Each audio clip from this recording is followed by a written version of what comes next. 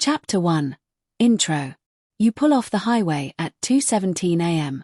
The gas light's on, the station's open, and someone who actually lives there just told you, don't stop here. Yeah, that's not a statistic. That's a warning. Most people think danger shows up in charts, crime rates, rankings, neat little lists, but it doesn't. It shows up in moments, in the wrong turn, the wrong block, the wrong 5 minutes. And what nobody tells you is some California cities don't look dangerous until they are. Here's what's missing. The street-level reality. The places where locals don't argue about crime data. They just change their behavior. Where a gas stop becomes a risk calculation.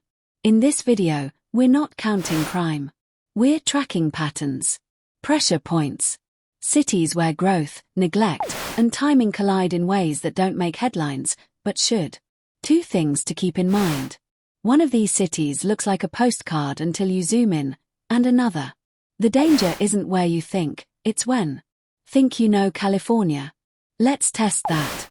Because choosing wrong here won't just ruin your night, it might rewrite it. And trust me, you're not ready for number 1. Hit subscribe. Not for me, for your future bad decisions. Let's break it down. Chapter 2. 10 Barstow. Number 10. Barstow.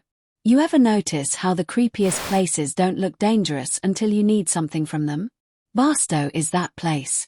It sits right in the middle of nowhere, but also at the center of everything. Interstate 15, Route 66, a constant flow of people who don't live there and don't plan to stay. And that's where things get weird. Here's the reality nobody puts on postcards. Violent crime in Barstow is significantly above the national average. You're not just unlucky if something happens, you're statistically early. Property crime is even worse. Over 1 in 30 residents experience theft or burglary annually. Median household income sits well below California's average, hovering around the low $50,000 range, while unemployment trends higher than the state norm. It's a transient economy. Truckers, pass-through travelers, short stays that create opportunity, but not always the good kind. And what nobody tells you is Barstow isn't chaotic. It's opportunistic. There's a local Reddit comment that sums it up perfectly. Barstow isn't scary until you realize everyone there knows you're not from Barstow. That's the shift. You're visible. So, what does that feel like? You pull into a gas station, midday, bright sun, totally normal, but then you notice something's off. People aren't rushing. They're watching. Not aggressively, just aware. And suddenly, you're not stopping anymore. You're calculating. Here's the irony. Barstow survives because people stop there. But locals, they've learned not to linger. Can we talk about desert towns for a second? Everything looks like it's been sun-bleached into submission. Signs half faded, parking lots melting, AC units fighting for their lives, and somehow every gas station feels like it exists outside of time. Like, if your car doesn't start again, congratulations, you live here now. And if you think Barstow is just a weird pit stop, the next city turns everyday neighborhoods into something way less predictable. Chapter 3, 9 Anch. Number 9, Anch. Anch is what happens when a city grows faster than its ability to breathe. Not explode, not collapse, just stretch quietly until something gives. And the scary part, it still looks normal. Anch didn't start as a dangerous city. It started as a solution. Bay Area prices went insane. So people moved east. Anch became the release valve. Affordable homes, newer developments, more space. On paper, smart move. But then reality caught up. Population surged past 115,000 with one of the fastest growth rates in Contra Costa County. Median home prices climbed into the $500,000 to $600,000 range. Cheap by Bay Area standards, but not by local income levels. Median household income sits around $80,000, which sounds decent until you factor in commute costs, rising insurance, and inflation. Violent crime rates consistently rank above the national average, especially in assault and robbery categories. Property crime also remains elevated. Car break-ins, theft, the kind of stuff that doesn't make headlines but slowly changes how you live. But here's where it gets interesting. Anch isn't chaotic. It's uneven. You can drive through a neighborhood that looks like a real estate commercial. Fresh lawns, SUVs, kids playing basketball, and then 2 turns later, something feels off. Not dramatically, subtly. What nobody tells you is and doesn't announce its problems. It blends them in. And that's more dangerous because if chaos is loud, you avoid it. But if tension is quiet, you walk right into it. There's a local comment that hits harder than any dataset. Anch isn't bad everywhere. That's the problem. You don't know where everywhere ends. Yeah, that sticks. Now, let's talk about what this actually costs you. Not just money, not just safety, mental bandwidth. You stop thinking in terms of safe city or unsafe city. You start thinking in blocks, in timing, in patterns. You leave the house and ask, what time is it? Where am I going? How long am I staying? That's not freedom. That's strategy. And it shows up in small ways. You don't stop for gas at night, even if you need it. You double-check your car locks, even in your own driveway. You learn which streets to avoid, but nobody gives you the list. You build it yourself. And here's the irony that nobody says out loud. Anch was supposed to be the place you go to escape problems. But instead, it became a place where problems got redistributed. Not solved, just relocated. Anch is like buying the budget version of the Bay Area and realizing the hidden fees are stress. And can we talk about the commute? Because Anch basically said, you can afford a house, but you'll never see it. People out here doing 3 to 4 hours a day in traffic like it's a personality trait. Wake up in the dark, come home in the dark, and your car knows the highway better than your family does. At that point, you don't live in Anch. You just store your stuff there. Chapter 4. 8 Victorville. Be honest. Would you trade safety for affordability if it meant constantly second-guessing your surroundings? Number 8. Victorville. Victorville doesn't feel dangerous at first. It feels empty. And that's worse because emptiness doesn't warn you. It just leaves you exposed. Victorville sits out in the high desert where space is everywhere and help isn't. It was built as an affordable alternative to Southern California. More land, lower prices, less chaos. But then distance became the problem. Population sits around 135,000, spread across wide, disconnected neighborhoods. Median home prices hover around $400,000 to $450,000. Lower than coastal California, but rising fast. Median household income is roughly $65,000 with higher than average unemployment. Violent crime rates are above the national average, particularly assaults. Property crime is significantly elevated. Vehicle theft and burglary remain persistent issues. But here's the twist.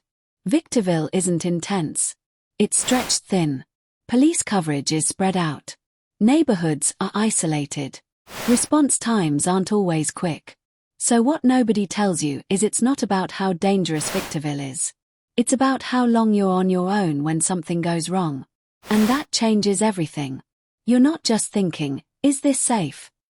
You're thinking, if something happens, how long am I stuck in it? There's a local line that sums it up perfectly. Victorville isn't scary until you realize how far away everything is, including help. Yeah, that's not a vibe. That's a reality. Here's what living here actually feels like. You drive down a long, quiet road. Desert on both sides. Maybe a few houses scattered in the distance. It's peaceful until it's too quiet. You stop at a gas station.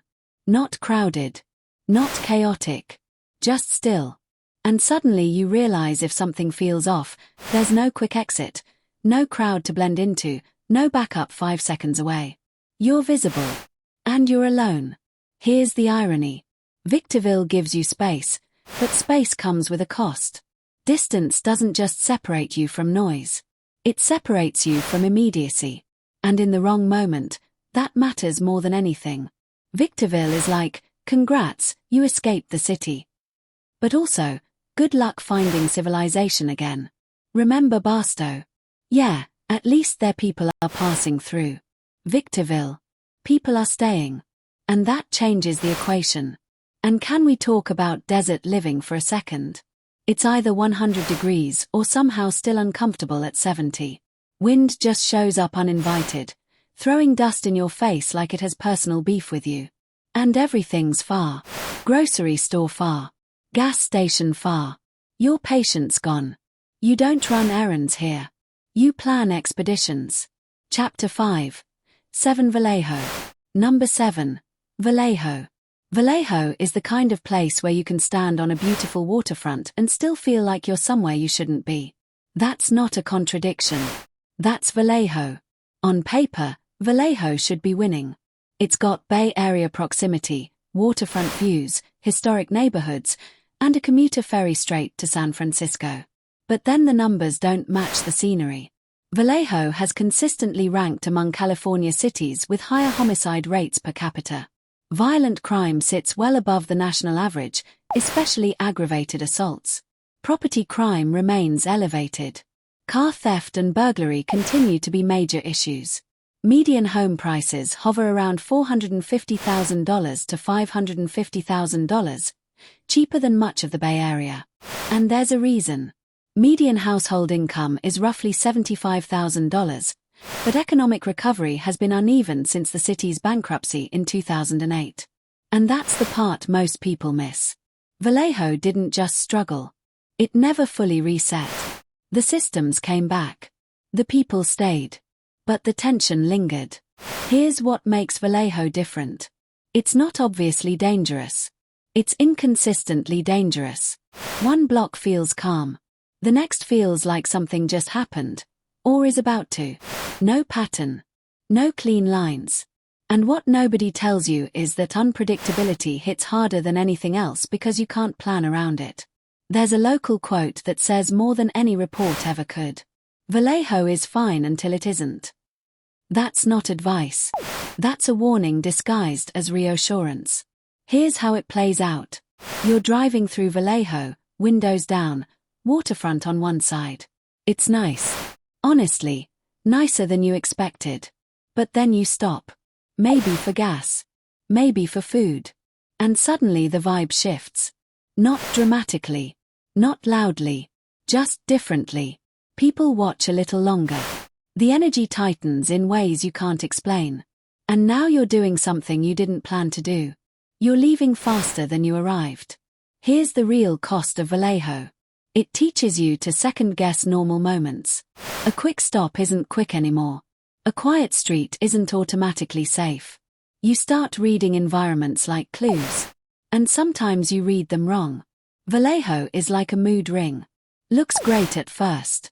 But the color changes real fast. And can we talk about how confusing this place is? 1 minute you're looking at million-dollar views. Next minute you're questioning your life choices at a gas station that feels like it hasn't been updated since 1997. It's like Vallejo can't decide if it's a comeback story or a cautionary tale. And you're just stuck in the middle trying to figure out which version you walked into. Picture this. You're standing by the water at sunset. The breeze is perfect. The skyline in the distance looks unreal. For a second, it feels like you found a hidden gem. Then you turn around. And the feeling changes. Nothing obvious. Just enough to make you leave. And if you think unpredictability is the problem, the next city proves what happens when everything feels normal until it suddenly isn't.